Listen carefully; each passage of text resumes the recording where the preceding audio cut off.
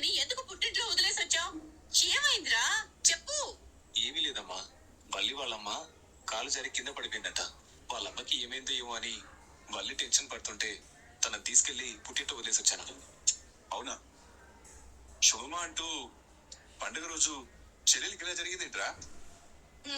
కొన్నెలా జరిగిపోతూ ఉంటాయిలేండి.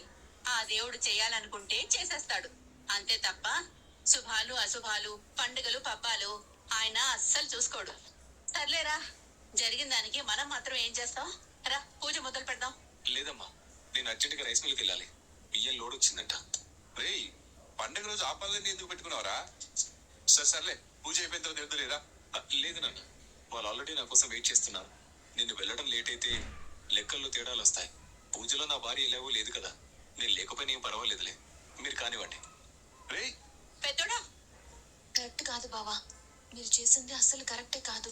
వల్లి అక్క గురించి మీకు తెలియాలనుకున్నాం, తనకి మీరు బుద్ధి చెప్పాలనుకున్నాం, అంతే తప్ప తన ఇంట్లో నుంచి వెళ్ళిపోవాలని కానీ తన కాపురం సమస్యల్లో పడాలని కానీ మేము కోరుకోలేదు. వల్లి అక్క గురించి మీరు మావయ్య వాళ్ళకి అర్థమయ్యేలా చెప్తారనుకున్నాం. మరోసారి అలాంటి తప్పులు చేయకుండా తనని సరిదిద్దుతారనుకున్నాం. కానీ మీరేంటి బావా, వల్లి అక్కని ఏకంగా వాళ్ళు పుట్టింట్లో వదిలేసి వచ్చారు. ఒక రకంగా ఇందుకు మేమే కారణమని మాకెంత బాధగా ఉందో తెలుసా? నా భార్య గురించి నాకు చెప్పారు, నిర్ణయం నాకే వదిలిపెట్టారు. తను మహాలక్ష్మి దేవత అని నాన్న అనుకుంటున్నారు. తన గురించి తెలిస్తే నాన్న తట్టుకోలేడు. అందుకే నేనే సరైన నిర్ణయం తీసుకున్నాను. అది కాదు బావా. ఇక ఈ విషయాన్ని వదిలేండి. వల్లి గురించి ఇంట్లో వాళ్ళకి ఈ విషయం తెలిస్తే నా మీద ఒట్టే.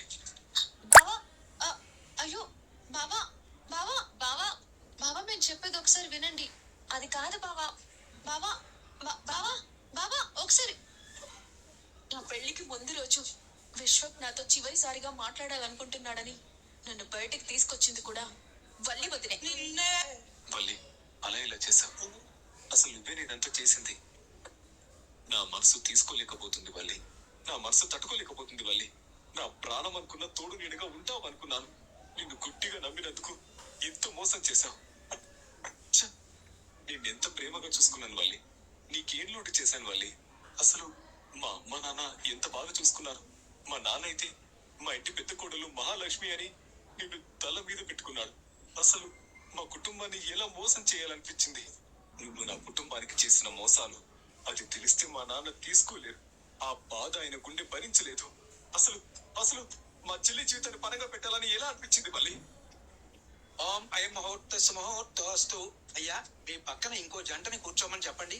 పెద్దోడు లేడు కాబట్టి పద్ధతి ప్రకారం ఆనవాయితీ ప్రకారం ఆ తర్వాత స్థానం ఎలాగో రెండో కొడుకు రెండో కోడలదే కదా. రే నడిపోడా నర్మదా, వచ్చి పూజలో కూర్చోండి. రండి రండి నర్మదా, పద కూర్చోండి. అయ్యో, మీరు కూర్చోండి. కూర్చోమ్మా. వాడి పూజలో కూర్చుంటే నేను ఈ పూజ చేయను. ఏంటండి అలా అంటున్నారు? పట్టదారులు ఉద్యోగం సంపాదించుకున్న వాడి ఎదురు, పాపం సొమ్ముతో బతకాలనుకున్న వాడి ఎదురుగా నేను కూర్చోలేను. అయ్యో, అంటే అన్నానంటారు గాని పండగ పూట కూడా ఈ పంతాలు పట్టింపులు ఎందుకండి? అయినా అయిపోయిన విషయం గురించి ఇంకా మాట్లాడుకోవడం ఏంటండి అర్థం లేకుండా? ఏంటి బుచ్చమ్మ అయిపోయిన విషయం? ఏంటి అయిపోయిన విషయం? వాడు ఆ ఉద్యోగం మానేసేంత వరకు నేను వాడిని క్షమించను. వాడు నన్ను మోసం చేసి ఉద్యోగం సంపాదించుకున్నాడన్న ఆలోచన, నా పరువుని తగలబెట్టాడనే బాధ నా మనసులోంచి పోదు. అయ్యో, ఏంట్రా లేచావు? కూర్చో. నేను పూజలో కూర్చుంటే ఆయన చేయనని చెప్పడం కాదమ్మా, నేనే ఆయనతో కలిసి ఈ పూజ చేయను.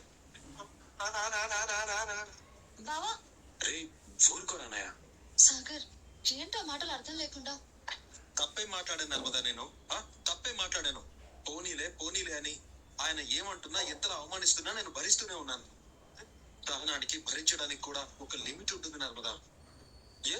ఆయనకేనా ఆత్మాభిమానం, నాకుండదా? రే నడిపోడా, నేను మీ నాన్నతో మాట్లాడుతున్నాను కదా, నువ్వు కాస్త ఉండరా. ఏం అక్కర్లేదమ్మా, ఆయనతో మాట్లాడాల్సిన అవసరం గాని బతిమాలుకోవాల్సిన కర్మ అంతకన్నా నాకు లేదు. నేను పూజలో కూర్చుంటే మీ ఆయన తల మీద ఉన్న కిరీటం కింద పడిపోతుంది, ఆయనకు ఎక్కడ లేని తలవంపులు నామోషి అని అన్నారు కదా, అందుకే నేను ఈ పూజలో కూర్చోను. మీ ఆయన్నే సంతోషంగా పూజ చేసుకోమని చెప్పు. రే నడిపోడా, నడిపోడా. సాగర్, అల్లుడు గారు, ఏంటయ్యా ఇది? పిల్లలు తప్పు చేస్తే క్షమించాలి, అంతేగాని ఇలా పంతాలకు పోయి దూరాలు పెంచేసుకుంటే ఎలా చెప్పు? పోనీలే అని క్షమించడానికి వాడు చేసిందే చిన్న తప్పు కాదండి, మోసం. దొంగదారిలో ఉద్యోగం కొనుక్కొని ఆ పాపం సొమ్ముతో బతకాలనుకోవడం కంటే దుస్థితి, దరిద్రం ఇంకేమైనా ఉంటాయా?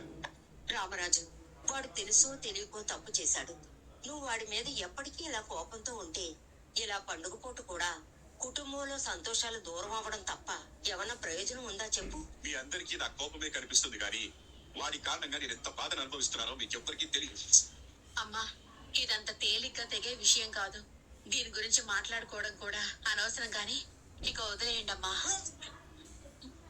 ధీరజ్, మీ దంపతులు వచ్చి పూజలో కూర్చోండి. రేయ్, నీకేమైందిరా? తన పక్క నేను కూర్చోనమ్మా. రే, ఏంట్రా నువ్వు ఇంట్లో సంతోషంగా శ్రీరామనవమి చేసుకుందామంటే ఎవరికి వారే యమునా తీరే అన్నట్టుగా అందరూ ఇలా ఉన్నారేంట్రా? అందరం కలిసి ఒకే ఇంట్లో ఉంటున్నా సరే ఎవరి మధ్య సరిగ్గా సఖ్యత లేదు కదరా. రే, నువ్వు నోరు మూసుకొని ముందు వెళ్ళి కూర్చో. లేదమ్మా, అమూల్య విషయంలో తను చేసింది నేను భరించలేకపోతున్నాను. అందుకే తనతో కలిసి నేను పూజ చేయను. రే, నువ్వు ఇలా రా, ఇలా రా. అమ్మా, ఎక్కడికి? రా. రే, బుద్ధుందా నీకు అసలు? ఏంట్రా ఏమన్నా? అమూల్య విషయంలో ప్రేమ చేసిందని నువ్వు భరించలేకపోతున్నావా? రే, ప్రేమే గనక లేకపోయింటే అమూల్య మెళ్ళో తాళి కట్టుకోమని ప్రేమే గనక చెప్పకపోయింటే ఈ రోజు అమూల్య మన కళ్ళ ముందు అసలు ఉండేది కాదురా. ప్రేమ కేవలం మన కుటుంబం గురించి ఆలోచించి ఆ నిర్ణయం తీసుకుంది. అయినా అది నీకెందుకు అర్థం కావట్లేదు? నువ్వెందుకు అర్థం చేసుకోలేకపోతున్నావురా? అమ్మ, కొన్ని విషయాలు నీకు తెలీదు. నోట్లోంచి ఇంకో మాట బయటకు వచ్చిందంటే 2 చెంపలు వాయించేస్తాను. తెలియంది నాకు కాదు, నీకు. నీకు తెలియని విషయాలు చాలా ఉన్నాయి, చాలా జరిగాయి. అవన్నీ నేను నీకు చెప్పలేను. కానీ నీ మీద నాకున్న ప్రేమ ఎంత నిజమో నేను చెబుతున్న మాట కూడా అంతే నిజం. అమూల్య విషయంలో ప్రేమ తీసుకున్న నిర్ణయంలో ఎలాంటి స్వార్థం లేదు, తప్పు అంతకన్నా లేదు. ఈ విషయం నీకు త్వరలోనే అర్థం అవుతుంది. అందుకే ఈ అమ్మ మాట నమ్ము. ఇంకేం మాట్లాడకుండా వెళ్దాం పదా. రే, మంచి చేసిన మనిషిని బాధ పెట్టడం, కంట తడి పెట్టించడం కంటే పాపం మరొకటి ఉండదురా. పద. రా, అమ్మా, కూర్చో. కూర్చో. కొంచెం. పూజారి గారు, ఇక మీరు మొదలు పెట్టండి. అలాగే. ఓం అపవిత్ర పవిత్రో వా సర్వావస్థాంగతో వివాహ స్మరేత్ పుండరీకాక్షం ప్రభాభ్యాంతర శుచి. ఓం సుముఖశ్చైక దంతశ్చ కపిలో గజకర్ణికః లంబోదరశ్చ వికటో విఘ్నరాజో వినాయకః రూపకేతు వెంకటం. అయ్యా, అందరూ నేను చెప్పినట్టుగా చెప్పండి. మమ అస్మాకం సహ కుటుంబానాం. ఓం. అమ్మా, నేను చెప్పినట్టుగా చెప్పండి. తన పక్కన ఉన్నప్పుడు నన్ను మాట్లాడకుండా నోరు మూసుకుని ఉండమని మా ఆయన నాకు చెప్పారు. భర్త మాట పాటించడం భార్యగా నా ధర్మం కదా, అందుకే నోరు తెరవట్లేదు. నాతో మాట్లాడద్దు, నన్ను విసిగించొద్దని, అంతేకాని మంత్రాలు చెప్పొద్దని కాదు. అయ్యో, అవునా? మీరు నోరు మూసుకునుండు అనే సింగిల్ డైలాగ్ తప్ప ఇంకేమీ క్లియర్ గా డైలాగ్ చెప్పలేదు కదండి. అందుకే మిమ్మల్ని గౌరవించి నోరు మూసుకుని కూర్చున్నాను. ఎక్స్ట్రా చేయకుండా మంత్రాలు చెప్పు. అలాగేనండి. భర్త మాట నాకు వేద వాక్కు. అమ్మా, ఆ, ఆ, ఆ. ఎక్స్ట్రా చేయకుండా మంత్రాలు చెప్పు. అలాగేనండి. భర్త మాట నాకు వేద వాక్కు. అమ్మా, ఆ,